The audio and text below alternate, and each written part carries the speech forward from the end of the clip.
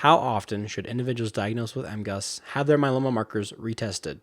There's more and more research in this area, and so we're better at dividing up who has MGUS. So let's start with MGUS. So that's that situation where, again, a large amount of the population, if you start testing people, will have monoclonal protein. So the estimate is 3 to 5% of a middle-aged population and 10% of people who are 80 will have these monoclonal proteins. So there has been some research trying to decide who is more likely to go on to develop myeloma. So part of that is related to how high that monoclonal protein is. So if it is under 1.5 grams per deciliter, patients are very unlikely to go on to develop myeloma.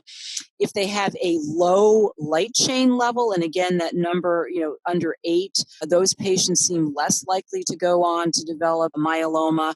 If they have, one of the other features is, does that bone marrow biopsy show a low number of plasma cells? So to have MGUS, typically you have greater than 5 out of 100 cells are plasma cells. The other thing that can be associated with changes are what type of protein you have. So for reasons we don't understand, if your MGUS is IgG kappa, you actually have a lower risk of progression to myeloma than if you had an IgA or a IgA lambda.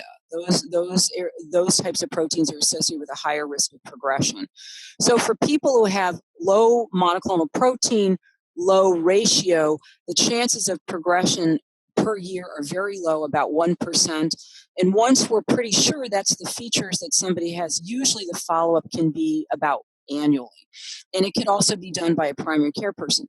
There is very interesting data that says even if you're in that low risk group, it's still probably a good idea for you to check up on that. So we would say that you should never have follow-up. You shouldn't, not, this is double negative, but you should not never have follow-up, but you could do it annually would be fine.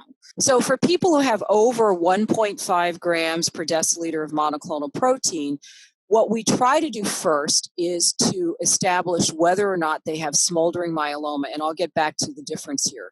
So assuming that they don't meet that definition, or besides that higher level of monoclonal protein, they do have a higher ratio and have fewer than 10% plasma cells in their bone marrow, or they have an IgA monoclonal protein, most people would say those patients, we might want to follow them, say, every 6 months.